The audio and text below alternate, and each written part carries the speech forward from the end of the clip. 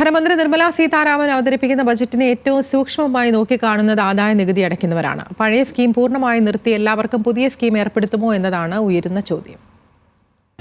വീട്ടുവാടക, വീട് പണിക്കെടുത്ത വായ്പയുടെ പലിശയ്ക്ക്, കുട്ടികളുടെ വിദ്യാഭ്യാസത്തിന്, ആരോഗ്യ ഇൻഷുറൻസിന്, പോസ്റ്റ് ഓഫീസ് നിക്ഷേപത്തിന്, പെൻഷൻ പദ്ധതിയിലെ നിക്ഷേപത്തിന് അങ്ങനെ ഇളവുകൾ അനേകമുള്ളതായിരുന്നു പഴയ സ്കീം.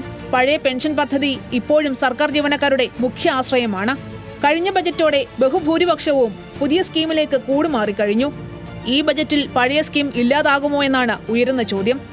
നികുതി വെട്ടിപ്പ് തടയാനെന്ന പേരിൽ ഏർപ്പെടുത്തിയ പുതിയ സ്കീം ഓരോരുത്തരുടെയും മുഴുവൻ വരുമാനത്തിനും നികുതി പിടിക്കുന്നതാണ്. രേഖകൾ സമർപ്പിച്ചാൽ ഇളവുകൾ ലഭിക്കില്ല എന്നർത്ഥം. ഇതോടെ ബാങ്കിലൂടെ ലഭിക്കുന്ന മുഴുവൻ ശമ്പളവും നികുതിക്ക് വിധേയമാകും.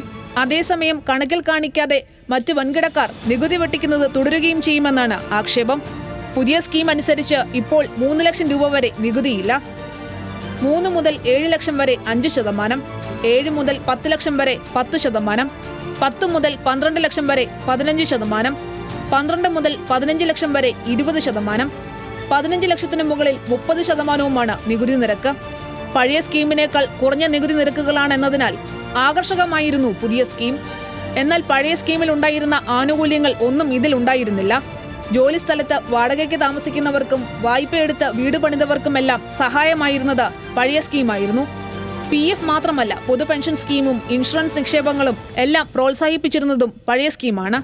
അത് പൂർണ്ണമായും ഇല്ലാതാകുമോ എന്നാണ് സാധാരണക്കാർ ആശങ്കപ്പെടുന്നത്. Business desk, news Malayalam.